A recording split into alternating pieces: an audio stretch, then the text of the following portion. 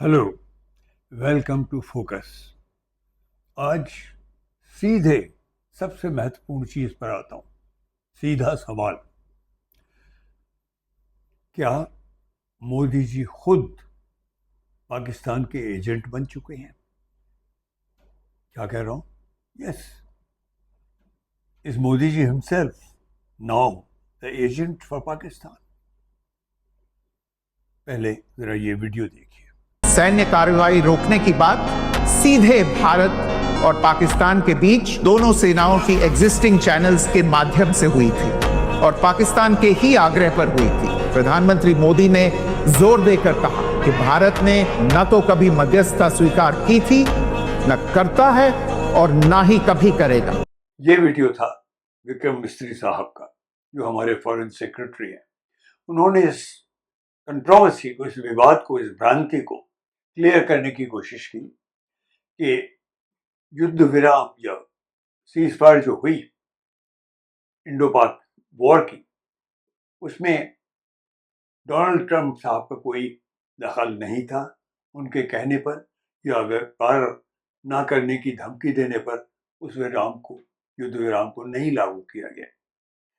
उन्होंने इस बात का दावा किया कि युद्ध विराम खुद मोदी जी ने चालू किया है और पाकिस्तान की रिक्वेस्ट पर किया है, क्योंकि पाकिस्तान ने उनसे ये कहा, इसलिए युद्ध विराम किया गया। बड़ा साफ साफ उन्होंने कहा है।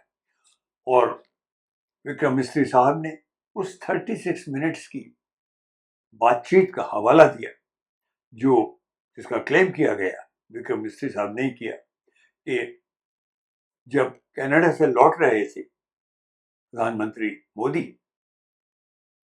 जो G8 की वहां पर G7 की जो कॉन्फ्रेंस हुई थी, उसके बाद तब उन्होंने ट्रंप साहब से सीधे बात की थी। 36 मिनट वो बात चली थी और ट्रंप साहब को उन्होंने साफ साफ बता दिया था, जैसा आपने सुना। मुझे कुछ कहने की जरूरत नहीं है। अब ये दूसरा वीडियो देखिए। Can you ever imagine India's national security being compromised? India, yes, our own country, informed Pakistan about the exact time and location of our strike before it even happened. Unbelievable, but yes, you heard that right.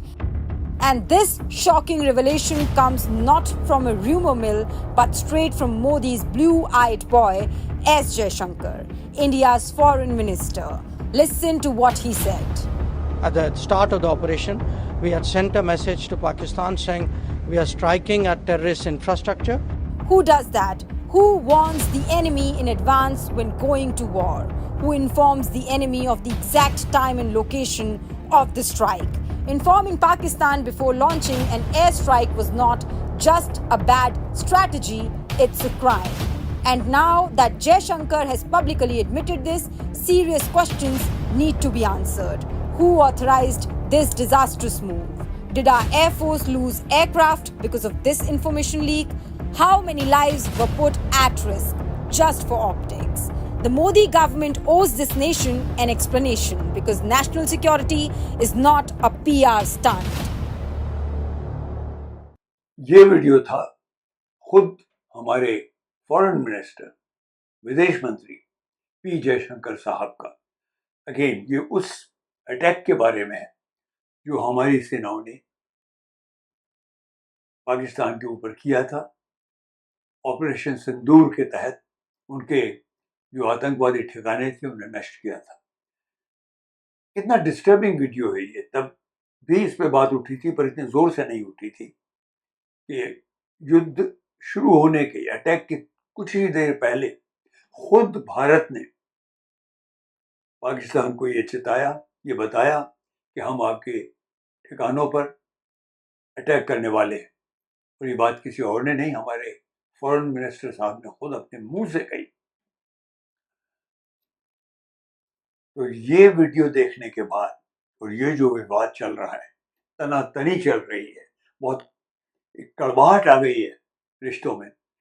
और जबकि Trump साहब तो अब तक शायद 16-17 बार ये claim कर चुके हैं कि मैंने ही युद्ध विराम करवाया था। चलिए, भूल जाते हैं ट्रंप साहब को। प्रधानमंत्री जी तो खुद मान रहे हैं, अकॉर्डिंग टू मिस्टर साहब जो हैं हमारे मिस्री साहब, फॉरेन सेक्रेटरी साहब, तो प्रधानमंत्री ने पाकिस्तान की रिक्वेस्ट पर, पाकिस्तान के कहने पर ये युद्ध विराम कर दिया। क्या हो रहा है हमारी सरकार को?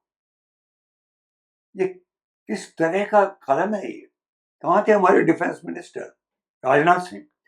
कहाँ थे अजीत डोभाल, हमारे नेशनल सिक्योरिटी एडवाइजर? वॉर ऐसे लड़ी जाती है कि आप बिल्कुल जब आप जीत रहे हैं, जो कि आप क्लेम कर रहे थे, या तो आप जीत नहीं रहे थे, या तो वाकई हमारे जहाज गिरते जा रहे थे, वाकई हमारे 5-6 राफेल गिर गए थे और हम खुद खतरे में आ गए थे, या तो ये मानिए। पर अब तो आप खुद कह रहे हैं, और आपने ट्रंप साहब को भी साफ साफ कह दिया कि युद्ध विराम खुद मोदी जी ने पाकिस्तान के कहने पर करवाया था। क्या मतलब इसका? और क्या मतलब जब जयशंकर साहब पाकिस्तान को आगाह करते हैं कुछ ही देर पहले अटैक शुरू करने के, क्या ये देशद्रोह नहीं है? क्या आप मोदी जी, ये सवाल मैं दोहरा रहा हूं, मुझे मालूम है ये बहुत भयंकर सवाल है, खतरनाक सवाल है। हमारे यहाँ जो सरकार आपकी फासिस्ट हो चुकी है, आप कुछ भी कर सकते हैं, हम आम नागरिक हो, हमारी तो कोई हस्ती ही नहीं है। पर ये सवाल मैं पूछूंगा, ये सवाल बहुत लाजमी है पूछना, क्या आप पाकिस्तान के एजेंट हो गए? उसको बचाने की कोशिश कर रहे हैं? क्या है ये? Is it not betrayal of trust of my countryman? धोखा नहीं है क्या है मुल्क के साथ? इसका जवाब आपको देना होगा मोदी जी। आप क्लेम करते रहे, आपकी सेनाएं क्लेम करती रही कि आप तो बहुत बहुत जोरों से सक्सेस हासिल कर रहे थे, तो क्यों नहीं फिर आपने वो पुरानी चीज को हमेशा के लिए सेटल किया कि पाकिस्तान ऑक्यूपाइड जो कश्मीर है, हमारे कश्मीर का वो हिस्सा जिसे पाकिस्तान दबा चुका है, उसको आपने आजाद क्यों नहीं कराया? जबकि आप बड़ी आसानी से करा सकते थे। धाकड़ तरीके से आप अपने वीडियो दिखाते रहे और आपने अपॉर्चुनिटी जाने दी, जिसके लिए आरएसएस और आपकी बीजेपी बार बार बार बार शोर मचाती रही है। क्या हो गया बीजेपी को? क्या हो गया आरएसएस को? क्या हो गया आपको मोदी साहब, आपकी सरकार को, हमारे डिफेंस मिनिस्टर साहब को, हमारे नेशनल सिक्योरिटी एडवाइजर को?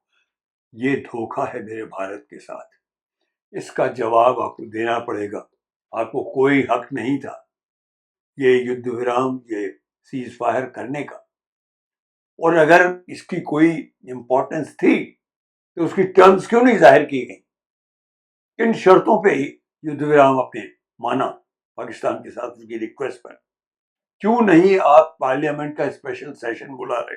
राहुल गांधी और अपोजिशन लीडर्स बार बार कह रहे हैं कि इसको एक्सप्लेन करने के लिए एक पार्लियामेंट का स्पेशल सेशन बुलाया जाए, जिसमें आप इसको बताएं क्या रीजंस हो गए थे, क्या दबाव था आपके ऊपर, क्यों आपको पाकिस्तान जैसा उसको खुश करने वाला कदम लेना पड़ा?